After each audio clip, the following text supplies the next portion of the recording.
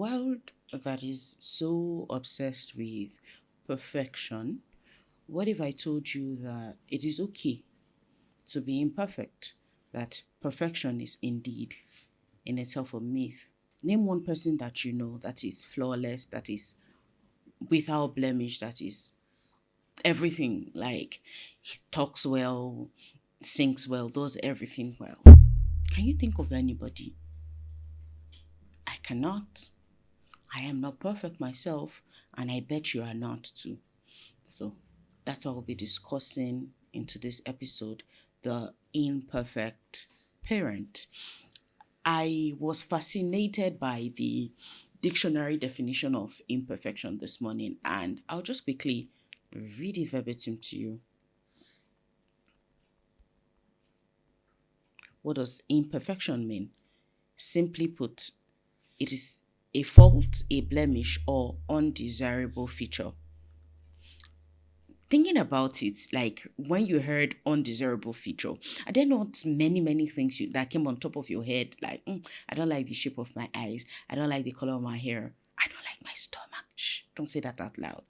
I don't like the size of my nose. There are so many imperfections that maybe came to your mind that you did not like. Correct? It also says that it's a state of being faulty or incomplete. If it is a fault or a blemish or undesirable feature, or a state of being faulty or incomplete, then why are you crucifying yourself for being an imperfect parent? Why? Because to me, that's the definition of being human.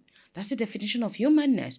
None of us were made to be complete. None of us were designed to be complete. Like, you don't have any fault. You don't have any blemish. You are totally complete. So as an imperfect parent, I'm not saying that I shout at you because that's how I am and you must accept me that way. No. I'm not saying don't go and start, don't I'm not saying sit in there and start using it as a bragging right to be offensive or abusive or redundant or complacent. I'm saying that you should accept yourself, accept your flaws, and if possible, use them as an inspiration. Okay, what makes me shout or yell at my children? What makes me this way? What makes me eat when I'm sad? Eat excessively when I'm sad? What triggers this annoyance that I feel when my child is picking her nose? Use it as feedback, use it as an inspiration to look at all your faults and begin to get better. But it's like we're getting ahead of ourselves, right? I'll define imperfection. Moving forward, maybe for us as imperfect parents, we should look at imperfection as being human, being real, being authentic. It's about acknowledging that we don't have all the answers and that it's not only okay, but it's what makes us relatable. I've been looking at Brené Brown's work on imperfection, criticism, shame, and judgment, and indeed daring greatly. And it kind of strikes me that most of the things we term as weaknesses, most of the things we look at as imperfect are the things that make us really human. Our flaws. Is there anybody that doesn't have a character flaw? For one person, may be that he's very intolerant. Another person may be that he's impatient. For another person, may be that he's over enthusiastic, like you're ginger too much. You just want to get things done and do it now. There are a lot of shortcomings, and they differ from person to person. And as a parent, I find that I too live under the false notion that I have to be a certain way to be able to relate with my children. I don't want to know. I don't want them to know that I'm having a bad day because I don't want them to think that I am not enough or I'm not good enough as a parent. Imperfection is not an inadequacy. It is freedom to be you. Because picky.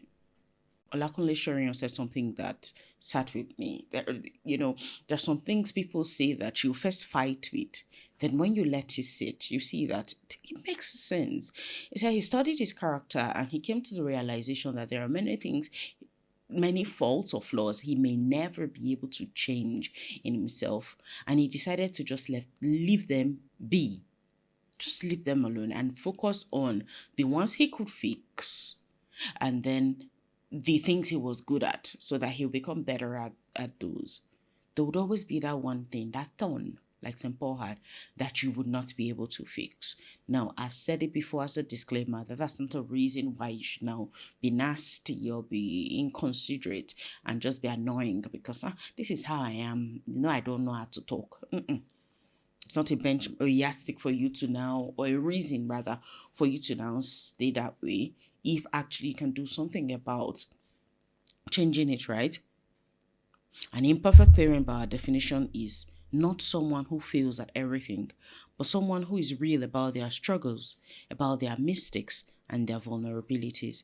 They embrace the chaos of life, knowing that being present is far more important than being perfect. I'll take that again.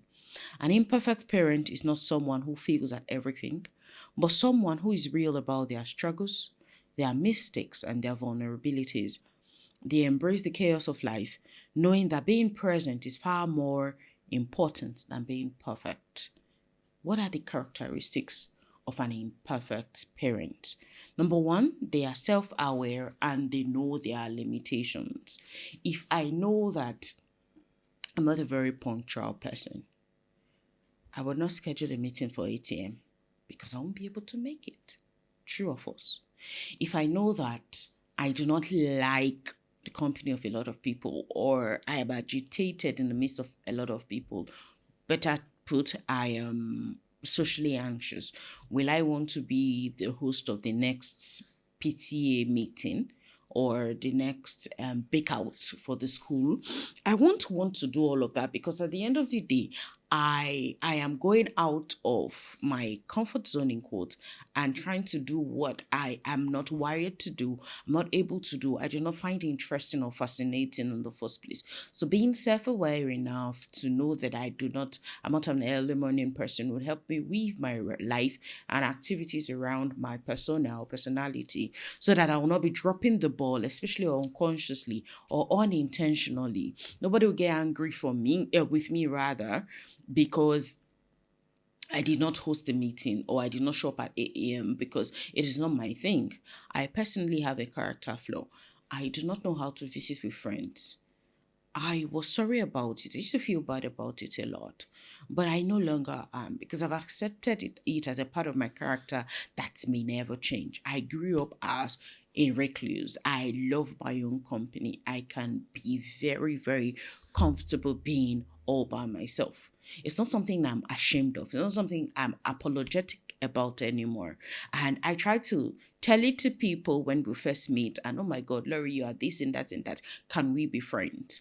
I am quick to tell you my shortcomings first so that you know and decide on the spot if you want to commit to triggering a relationship with me, because I don't want you coming in and, when we're going out and we put on all the beautiful clothes, our hair is pink, our makeup is on point, people just feel like you're perfect in every way. No, it is not because I am insecure that I will tell you what my flaws are. I'm telling you ahead of everything so that you make the decision there and then. Should you consider maybe talking to me afterwards, you already know. I'm sorry, I don't know how to visit with people. I'm sorry, I am very selfish with my time.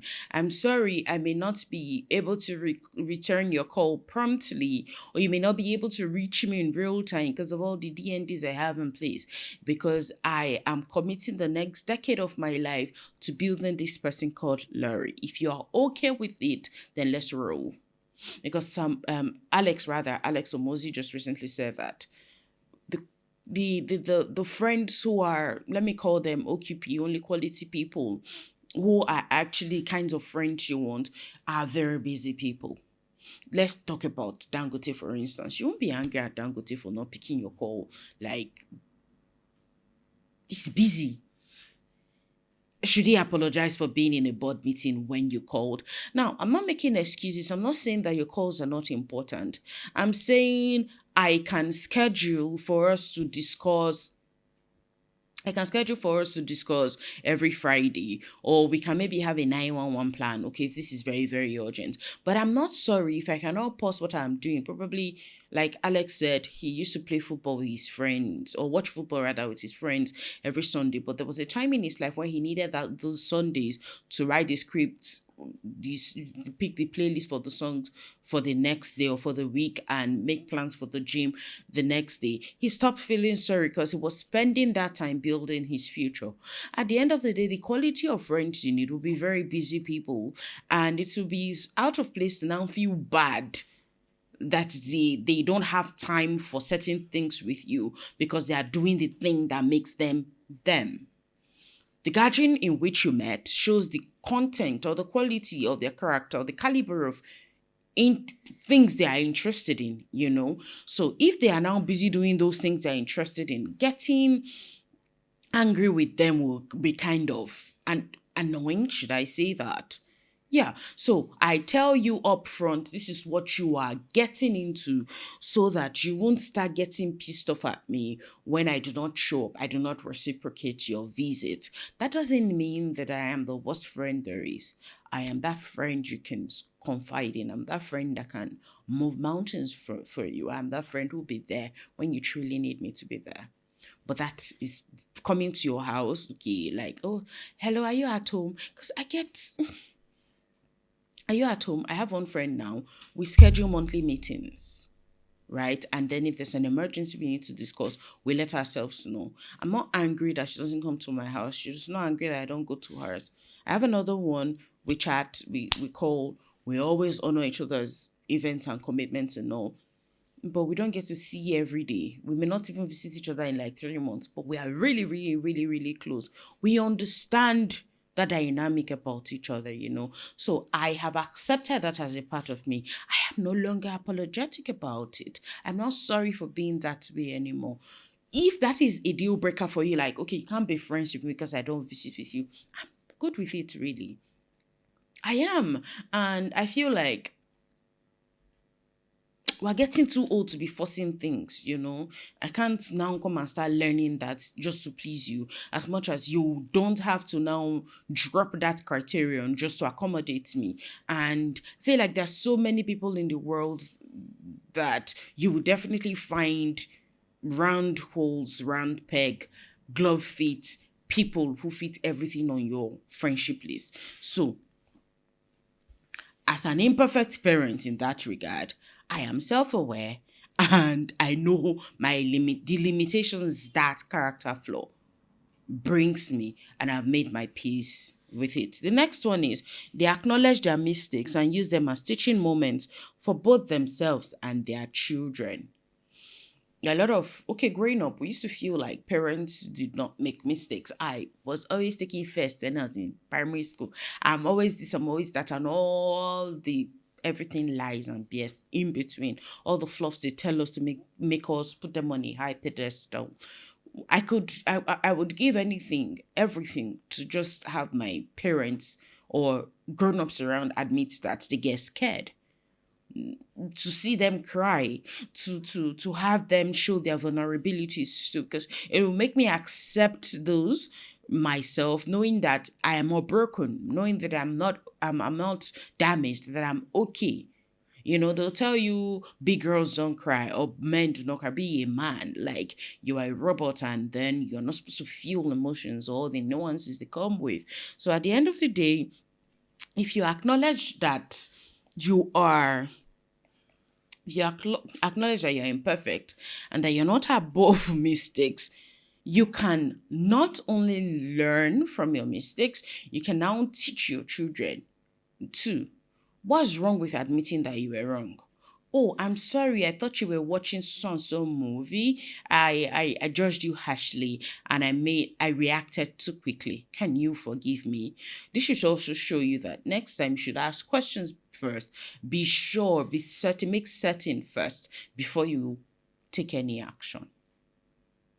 They will know that mommy also make mistakes. It's okay for me to make mistakes. And then they would they would maybe act accordingly or in like manner when they are faced with such situation too. So when we hold ourselves to impossible standards, we're telling our children that it's not okay to make mistakes and that we are supposed to be a certain way. So when they see us, of course, they are very, very intelligent, you know. I once learned that we are very ignorant parents raising highly knowledgeable kids. So they know these things. They may just shut up and not be brave enough to say something, but they see it. They see that that thing mommy just said, especially with the speed at which they learn with, especially with the influx of internet or AI and everything, they'll just know that mommy has messed up or dropped the ball there. But then they won't say probably because of the consequence, but then -1 for you, you know, that kind of thing. So at the end of the day, admit your mistakes, acknowledge them, apologize for them, own them, and then they can actually be teachable moments for you. The next one is they are vulnerable and show their kids that it's okay not to have it all together. You will have to make a meeting or an appointment. You are running late. You are agitated and feeling really cranky and frustrated, yet the children are around you. You are really, really scared because you don't want to create a wrong first impression. You don't want to go late and you don't want to lose probably the job. Let's call it a job interview. You don't want to lose the potential, or you don't want to lose the possibility. Yeah, thank you. The possibility of getting that job or role, and then you're acting all tough, you're acting all put together and prim and proper. They will see through the facade. Now, no, wait a minute. Even if they don't see through the facade, you're lying to yourself because you are scared.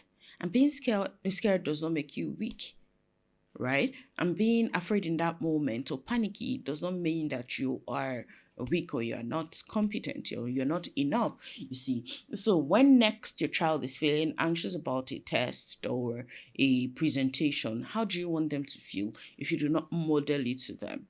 You can actually tell them in that moment they're running around you, the mommy is scared right now. I remember there was the day I was feeling sad and I couldn't place a finger on why.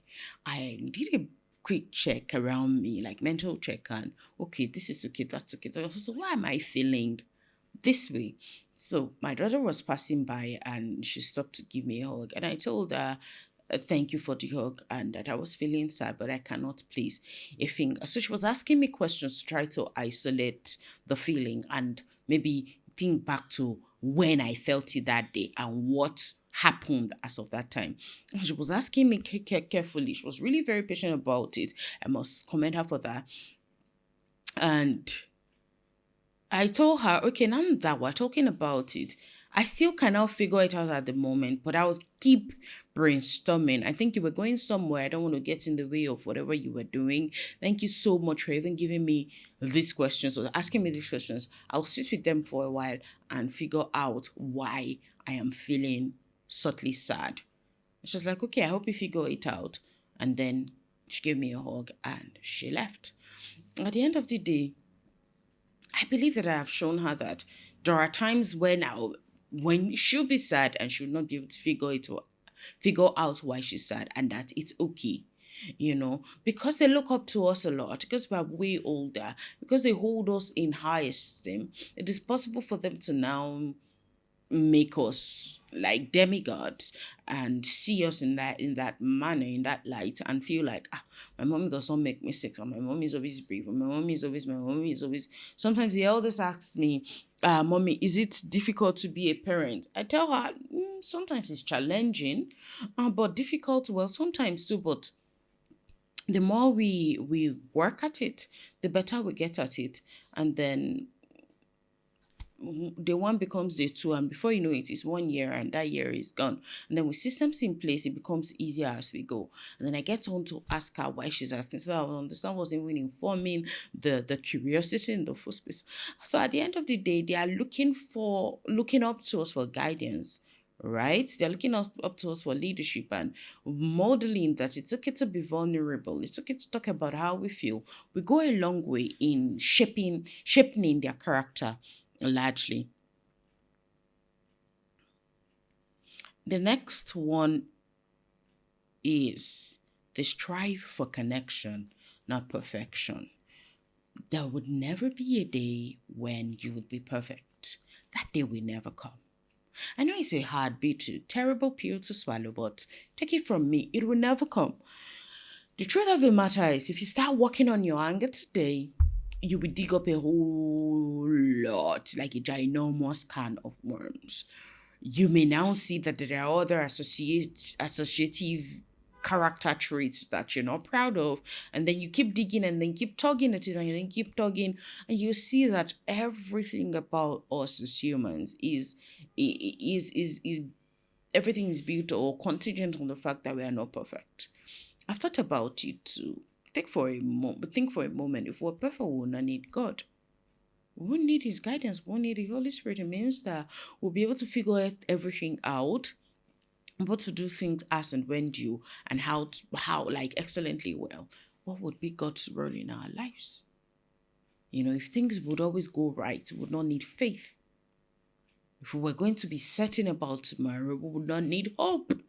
So at the end of the day, the thing that makes us human is what we are striving so hard not to let out. We build a lot of walls around ourselves and build very thick and high fences just to protect our vulnerabilities. Your child does not want a perfect parent, he wants one that is present. You don't have to have it all figured out. You don't have to be all put together to connect with your children. It doesn't have to be for an hour every day. It doesn't have to even be every day. Just show up, be present.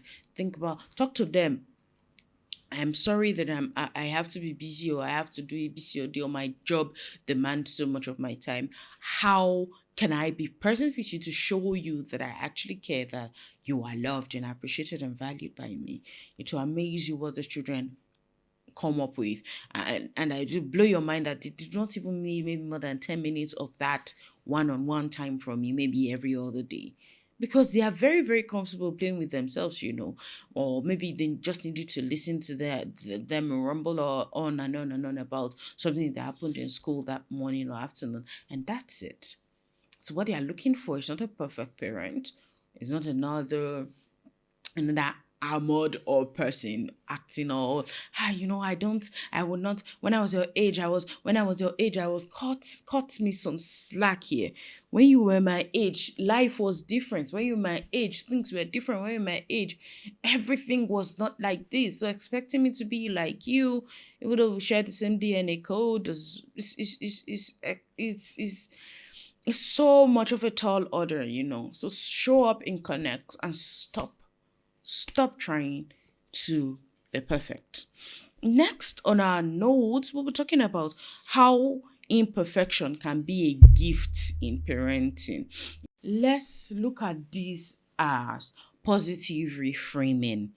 Instead of looking at imperfection as a flaw or something to be ashamed of, something to hide about, how about to look at it from the perspective of it being a gift? Number one, imperfection fosters connection. When we allow ourselves to be imperfect, we show our children that vulnerability is a strength, not a weakness. And when we talk about vulnerability, we are not saying come and be telling them things they're not supposed to know at that age. Joe, don't add me. I know say so. Means that you are not ashamed to accept that you are scared. You are telling them or sharing things that are within the scope of their understanding. Let's just put it simply, something that is age appropriate. You are not turning them to your shrink or therapist by telling them whatever burdens, whatever challenges you're having in your marriage, because it's none of their business. Because children have a weird way of thinking that your problem, like they are the cause of your problem, or dad and mom are having a divorce is because of us, because we're always making noise, because we're always demanding time, because we're always needing this, or because we need their attention. They want to fault themselves or blame it on themselves. So you would only connect with somebody You would only connect with somebody who you can relate with. When you're vulnerable, it shows relatability. Oh, when I was younger, when I was your age, I used to wet the bed too. I was not proud of it. I was not okay with it because especially my siblings used to taunt me with it, and it made me really ashamed and embarrassed. I can imagine how tough or difficult this may be for you. I know that with time, you would agree it because I did too. That's a vulnerability. That's you reaching out to them and saying it's okay to be imperfect. And then guess what? They would want to talk to you. But if you pose as this very perfect person, holier than thou, holy spirit person, they would not come to you. Okay. Typically, let's look at having crushes, especially maybe your child is 4 or 3, let's say 4, and then your child comes to you to say, I have a crush on this new guy or new girl in my class. You have gone full blown virgin. Praise the Lord, brother in the Lord on the child, and you are hitting them and saying, why will you be having feelings for someone at this age?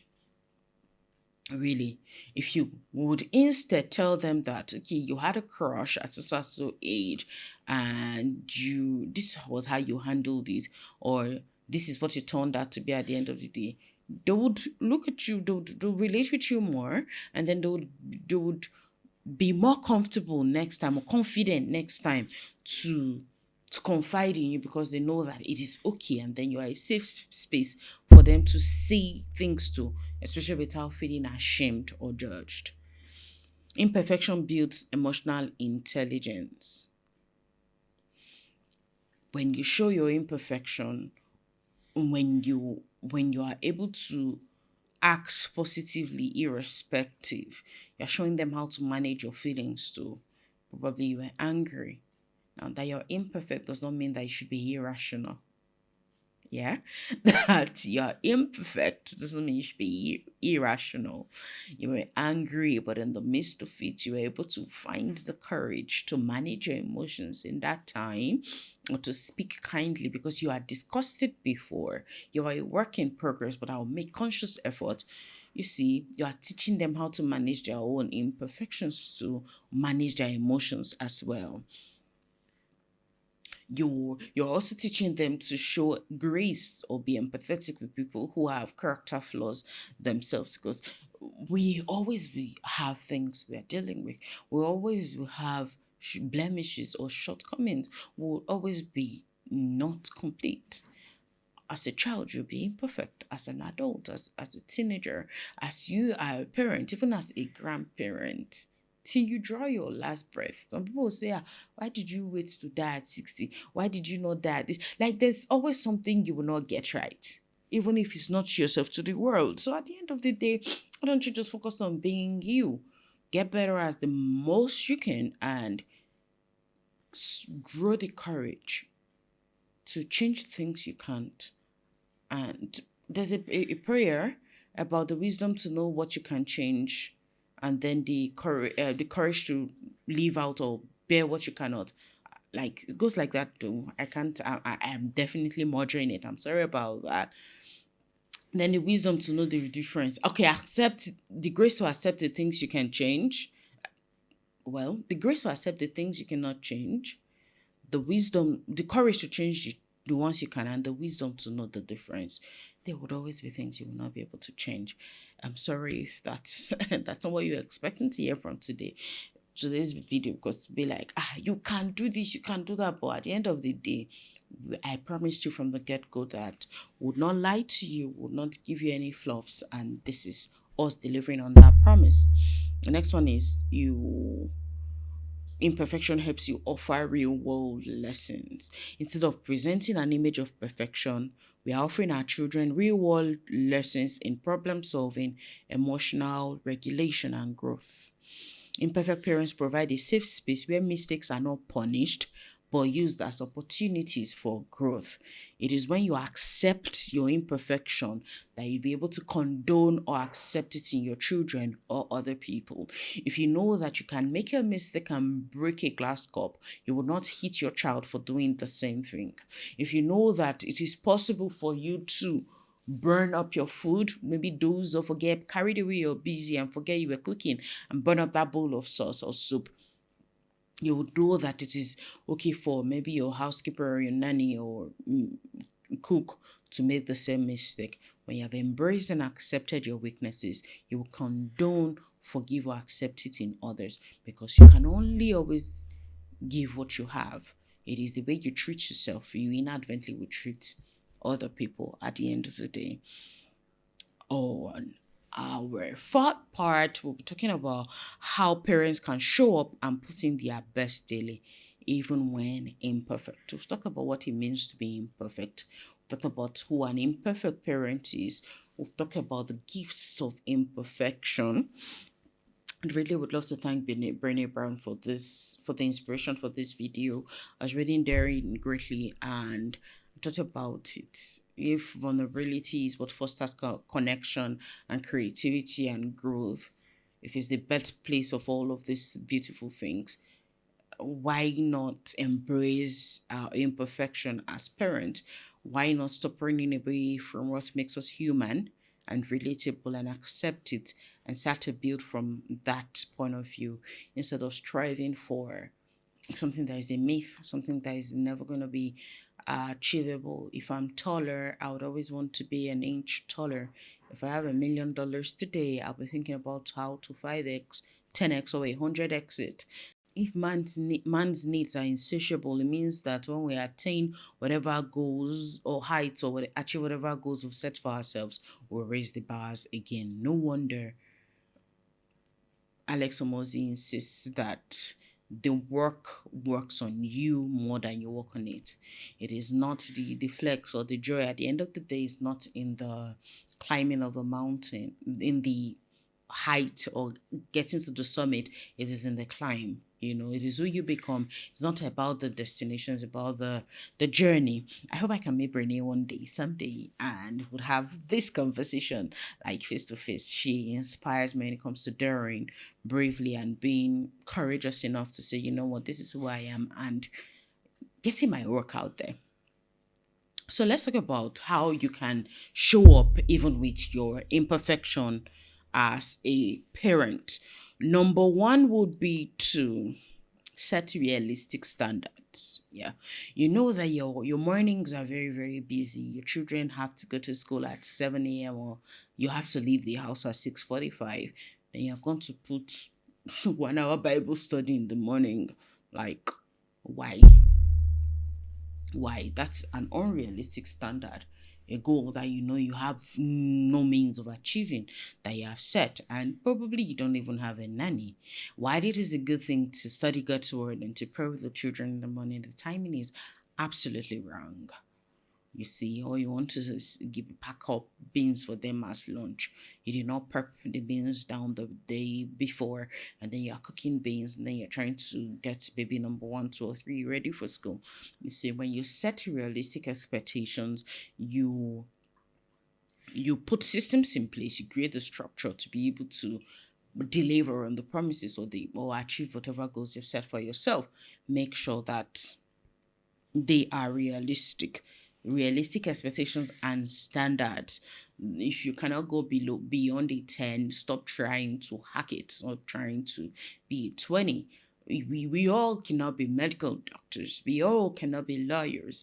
That does not mean that you are not a lawyer, it does not mean that you are failing in life. That you are not Laurie does not mean that you are failing in life. Stop striving to be me. I Stop striving to be me. I was created and wired genetically to be myself. All my experiences, the environment in which I was raised, my parents, all the things that make me uniquely me are tied strictly to me. My sister, I have one younger sister, my only sister, we are very different in many different ways. I have three brothers. We are very, very different. So if five of us that are born to the same parents can be that distinct and different and unique, why do you think you will be me? Why do you even want to be me when I have flaws, my own self that I am not proud of? When I have shortcomings I'm working on every single day to get better at. Why? Why do you want to be the kind of parent I am when you don't understand the dynamics that I am parenting with, when you don't understand the partner I'm parenting with? Why? The podcast is meant to be an inspiration, not a standard.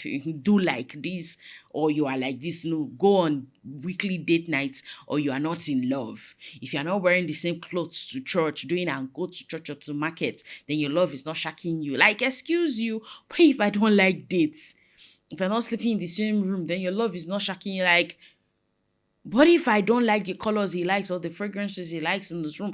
There are many different reasons why we would always do things differently.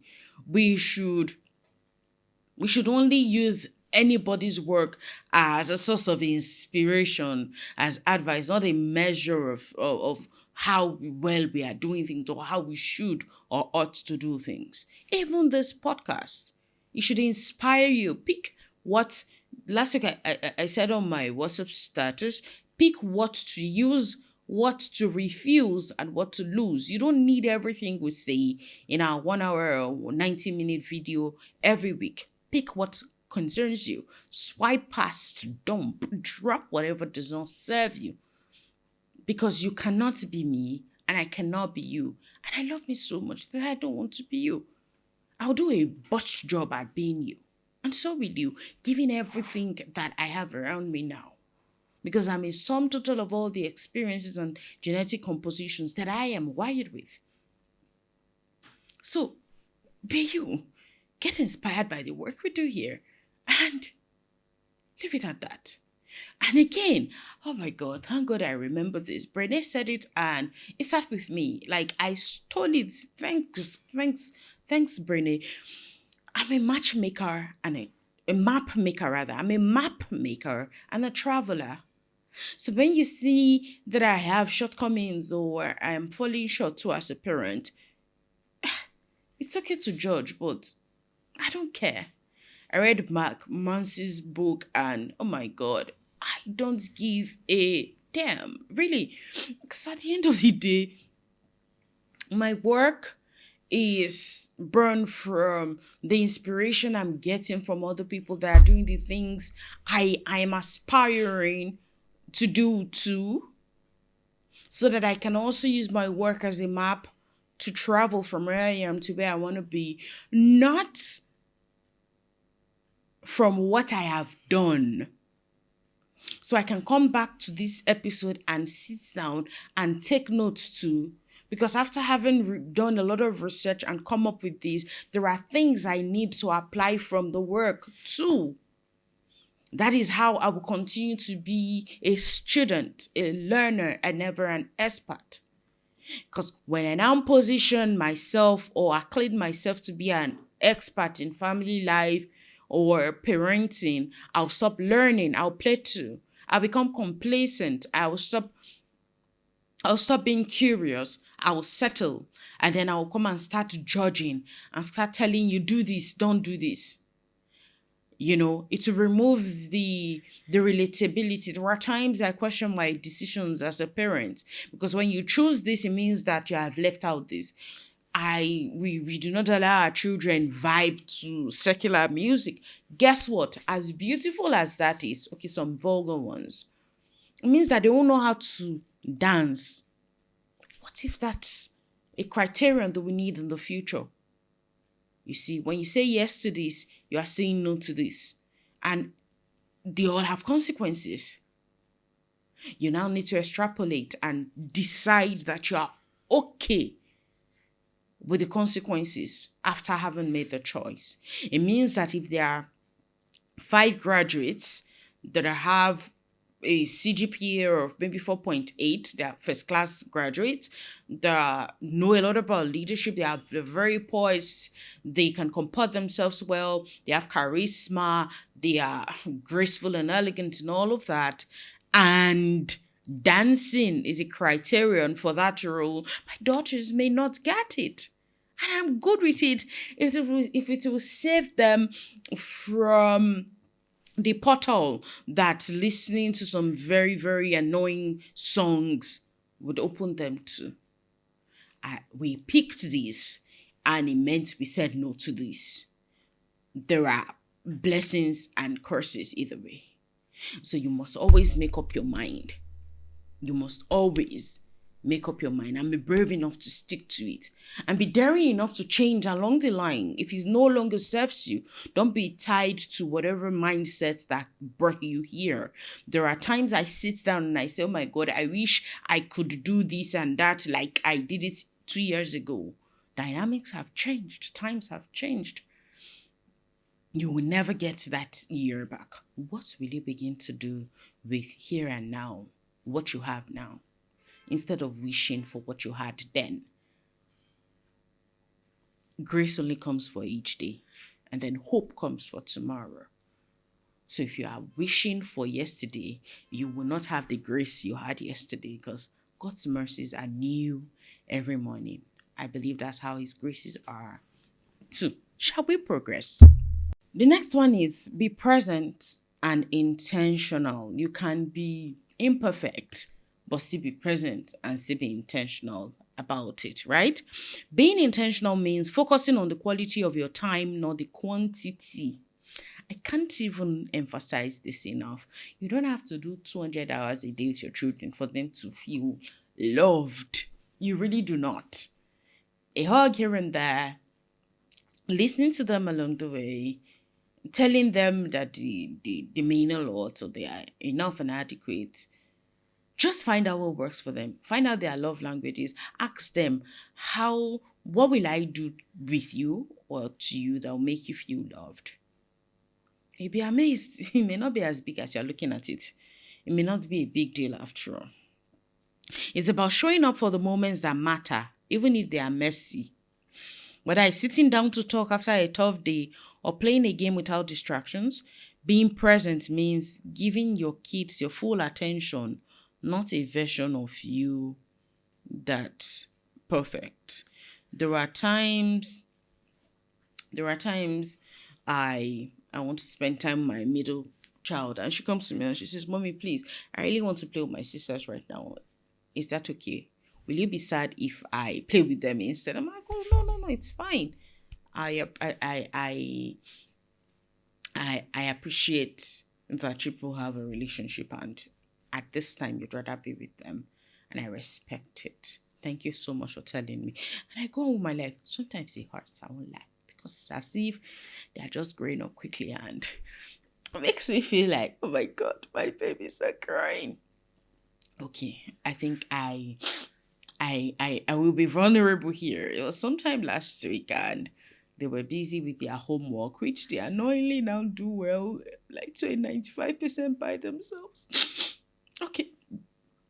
And then I was feeling sad that I was not doing anything. My evening was just open because they were busy. They didn't need me for supervision. They were doing it well by themselves. And I was feeling sad. I had to hit up my friend and say, babe, wait, I am feeling sad. Everybody's doing their tasks. Everything is going on well without me.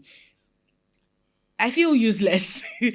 And she goes, yes, because we always think that we always find validation in doing. We're not used to just being. We're taught to chase, and do, to the point that when we are being and not doing anything, we feel guilty. If you are sleeping for 8 hours, you are wrong. If you're not working 9 hours, 9 to 9, 9 a.m. to 9 p.m. for 6 days a week, you're wrong. So the moment where there's stability, there's a bit of quiet, and you're able to just sit and do nothing, you feel worthless. It's as if your worth is tied to your ability to do. Learning very recently about Adlerian psychology taught me that people can be useful without having to do anything. Their usefulness is not in their doing things for you, but in their being. For instance, your dad may not send you money every week, at least not anymore. But him being alive is more useful to you than him being dead. Correct? I'm sorry I'm being very dark. Like, that's the example that could come to my head, like, on the fly. Do you understand? Your child is not, what's your child really doing for you? Getting you water to drink or what? But you appreciate them for being in your life, not for what they are doing for you. You see, so I felt really, really sad, and she had to talk to me. Accept it is a season. You have worked hard, you got here just to be happy. And I thanked her very profoundly, but very, very sincerely for it, because she gave me a new perspective to think about things. So I think it's something I would consciously have to teach to my daughters too. That it's okay to just be, and that our worth is not tied to our doing. And that we are very, very, very okay still with just being. We are very, very, very human and normal, you know. Because if a woman is not cooking or working or doing all of those things that women were supposed to be doing, then she's useless, right? She has not given birth. People say a man has married a man, right? Is that the only thing she's worth? Anyway, food for thought for another day, right? Moving on. Dare to be vulnerable. Dare, like, have the courage to be vulnerable. It takes a lot of guts, like a lot of courage to open up, knowing that this person may laugh at you. Tell what you told them out. I personally am guilty. My name is Laurie, and I can be very, very, very guarded. Before you talk to me, I tell the people around me that I see conversations like a game of chess. Don't judge me. Judge me, it's fine. And I try to go, I say you should always converse like a grandmaster.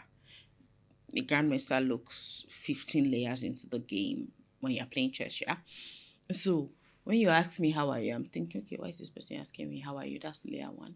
Why is this person asking me how are you? What if I say fine? You will now say, okay, now that you're fine, let's go out. What if I don't want to go out? What if I'm too tired? What will I now wear if they say we should go out? Oh, I would have worn that blue dress, but I would not need that brown shoe. The brown shoe got cut last week. I did not call the cobbler to fix it. The cobbler. The cobbler told me he was going to bring the other shoe was repairing last week, and he didn't bring it. Talking about bringing it, I'm supposed to pay the cobbler. Okay, if I now decide to go out, which money will I now use to pay the Uber that is going to take me to where this person is? Just how are you? Larry, simply say fine and move on. So I am asking myself, I already counted like 9 questions, or 9 they asked it, just from one question. So in my mind, I'm like, I'll just read the message and leave it there, because I beg, I don't know why you're asking me how are you. Then you now come and say, Laurie, are you busy? Oh my God. No, not me and you. I will ask the same questions like, so imagine me now coming to tell you that I have problems, so that Insta blog Nigeria will not go and carry the gist. Oh, please, leave me and my problems. I'll deal with it by myself. I will tell my problem on my full chest. In all honesty, this is me being vulnerable here. I feel scared. None of us wants to be seen. But like Brené Brown says, vulnerability is the birthplace for connection, right? You want me to connect with you when you tell me about your problems, but I'm not brave enough to open up to you. How can we be friends when we don't share bad moments as much as we share good ones? I am guilty. This does not mean that it's a good thing. I'm not proud of it, but I've accepted it.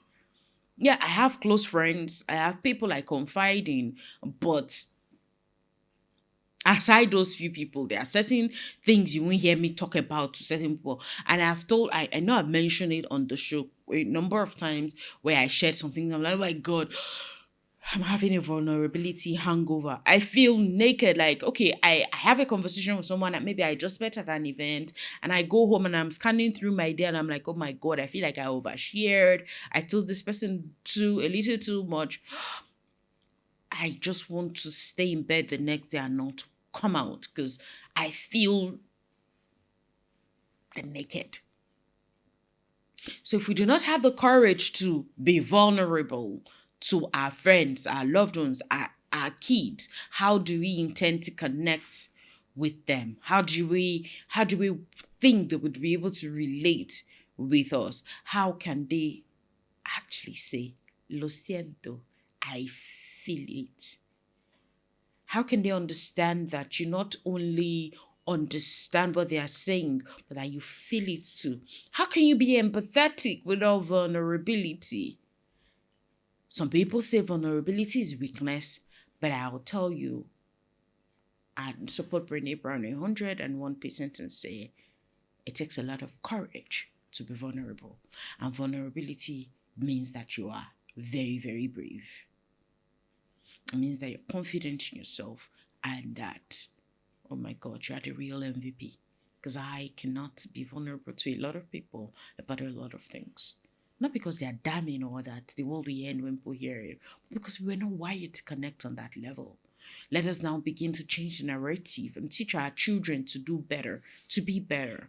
Let us help them in nurturing friendships and relationships, support them, guide them, teach them to build support systems around themselves that they can confide in, that they can confidently tell, I am not okay.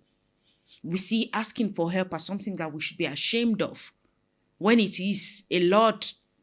It takes a lot of courage to say, please help me. Because what if they say no? What if they scorn you? What if they call you weak for asking for help? What if they laugh at you? What if they mock you? You see, there are a lot of things. You see, loving in itself it takes a lot of courage. It's being vulnerable, because what if the older person does not reciprocate your love? What if they break your heart? You're being married, you're staying married every single year. It takes a lot of courage. It's you being vulnerable. What if he walks away from you? What if he sleeps with your best friend? What if he hurts you or she hurts you?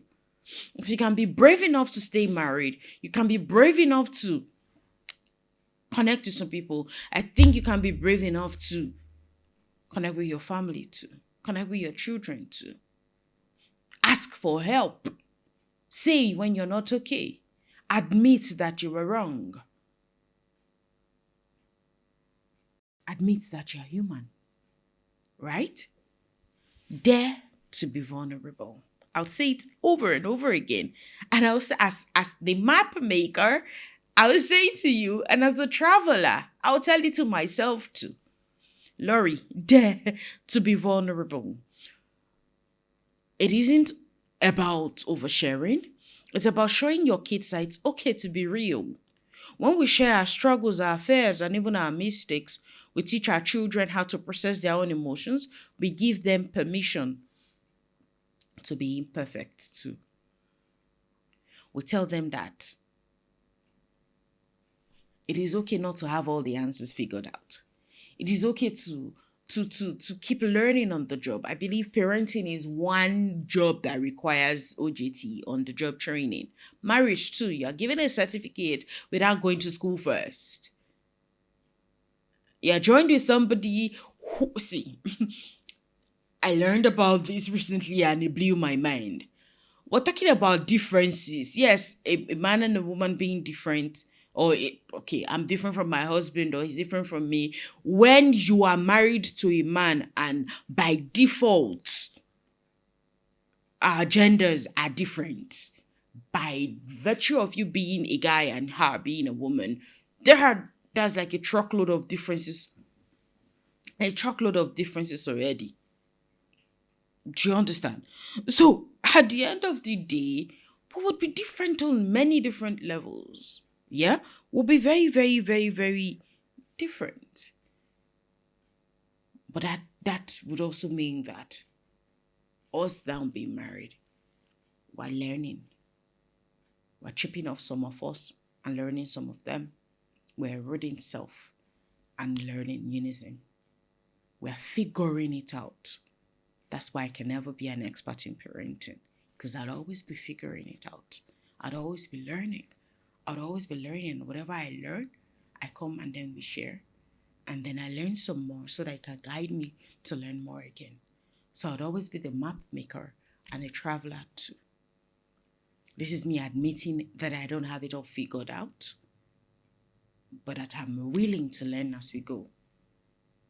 But that's a content creator, a CEO, a mom, a person. I don't have all the answers. And I'm open to learning, open to tutelage and mentorship and guidance, because I know that I can be better. I think that's like what we should strive for. Teachability instead of perfection. knowing that we would not always have the answers, but willing, regardless, to figure it out as we go. There's one bonus point I'd like to leave you with, and that would be striving to be better, like I said. You're not sitting with your imperfections and inadequacies and saying, this is how I am, take me like that. You are trying, even in that imperfection, to still show up and be seen, to dare to be vulnerable, to set realistic expectations, right? To connect and not be perfect, to strive to be better. There are things you can work on. Go ahead and do that. Work on those. There are things you can never, ever, ever get better at. Accept those things. And I pray you have the wisdom to always know the difference.